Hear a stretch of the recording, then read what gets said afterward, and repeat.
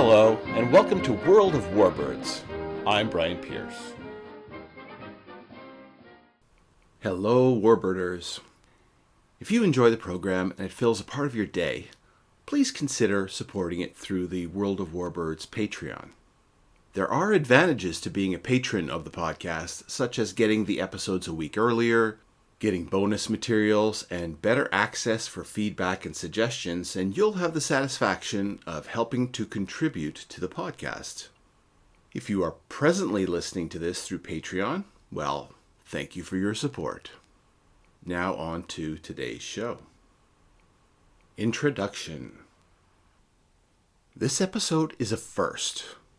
No, not the first in a series, but a first in that it is not coming from a recommendation or suggestion, but it's based on one particular listener's utter disdain, and yes, even hate for the aircraft. I don't think I've ever read such passionate words on any aircraft, positive or negative, than I have with this listener on this type.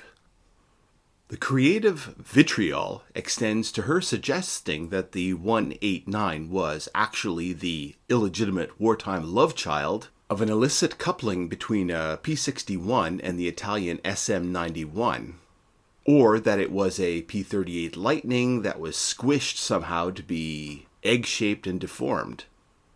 This listener has a very active imagination at times. Why the prejudice?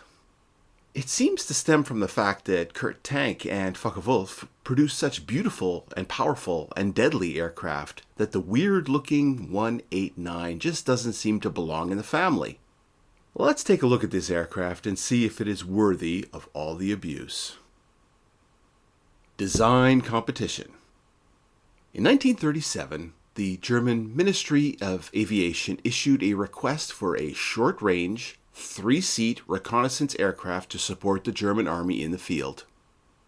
At the time, the newly released Henschel HS-126 was performing this duty, as well as the liaison role, but the thinking seems to have been that two very specialized aircraft would perform better these roles, with the short takeoff or landing Fiesler Fi-156 Storch taking on the liaison role, and the other aircraft picking up the recon duties. Excellent all-round visibility was supreme priority. Both Focke-Wulf and Arado were tapped to come up with designs. Initially, Arado's proposal, which was called the AR-198, was considered the more interesting one. It was an all-metal, shoulder-winged, single-engined aircraft that used a BMW radial for power. It solved the visibility challenge by having the pilot way up high in the front, giving a great view forward and a glazed dorsal area to look to the rear, although the tail fin would have been in the way. For looking below, the AR-198 had a kind of glazed pod built into the belly. It is funny looking and does kind of look like the aircraft is about 8 months pregnant. There was to be a crew of 3, including the pilot and 2 observers who would also act as gunners if needed. For armament, it had 1 fixed forward firing MG-17 machine gun and 2 flexibly mounted MG-15s at the dorsal and ventral positions. It would also be able to carry 4 110-pound bombs on underwing racks. Sounds pretty good, right? In March 1938, the prototype AR-198 took off on its maiden flight, and the results are kind of humorous. It was reported that the test flight proved generally satisfactory, except for flight instability in all axes during low-speed flight. For an aircraft that was probably going to operate much of the time in this flight mode, this is a little like saying that the swimmer did very well except for drowning. Arado tinkered with the wing, added automatic slats to help out with the low-speed flight, but the prototype was still difficult to handle. When the point of the aircraft is to observe and report, you really don't want the pilot, who is 1/3 of the crew, to be so engaged with just keeping the machine airborne. So the Arado AR-198 project was terminated in late 1938. So let's see what Focke-Wulf came up with. Kurt Tank would solve the visibility request by making the crew compartment one big, very glazed pod with a stepless cockpit in the front leading back to a fully glazed tail cone in the rear. In terms of attractiveness, stepless cockpits, meaning that there is no separate windshield for the pilot, are probably not as pretty as stepped cockpits. I mean, the B-17 nose is just more attractive than the B-29 or HE-111. Anyway, that's just what I think, and this is a thing that people can argue about. But I think you'd have to admit that the 189's boxy nose, if you can call it a nose, was very functional with great visibility, but not that pretty. To get the engines, props, and tail out of the way for the all-important visibility requirement, Tank chose two Argus AS410 engines and placed them out on the wings connected to two twin booms that led to the P-38 type twin tail. The Argus AS410 was an air-cooled inverted V12 engine and was a bigger brother to the engine used in the FI Storch. For weapons, the 189 had two forward-firing MG-17 machine guns mounted in the wing roots and one MG-15 mounted in the dorsal position and another in the rear cone. It could also carry four 110-pound bombs under the wings. Prototypes and production. The FW189 first flew in 1938 and remained in production until 1944. Almost 900 of them were built by Focke-Wulf in Bremen, and also at the Bordeaux-Merignac factory in occupied France and in Prague, occupied Czechoslovakia. Operational history.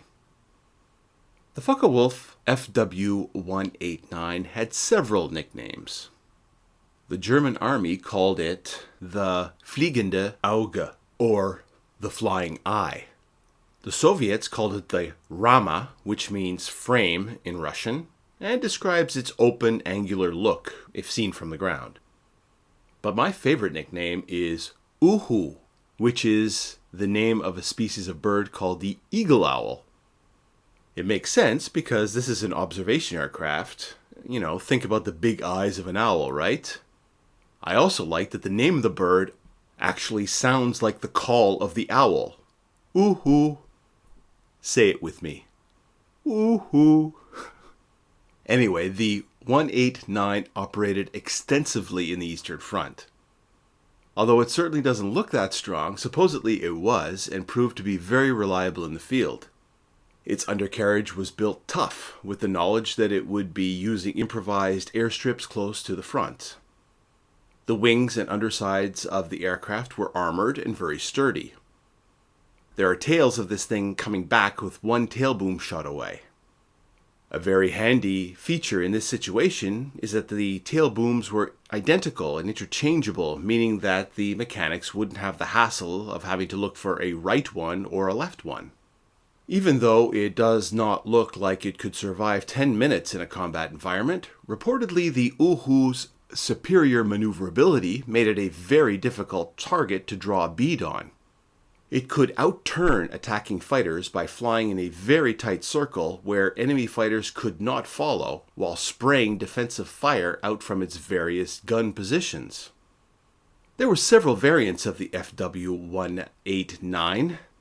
As usual, for service in North Africa, there was a tropical model with filters over the air intakes to prevent sand and dust from clogging its engines. The A2 model upgunned the defenses to the faster-firing MG81. There were trainer versions with 5 seats.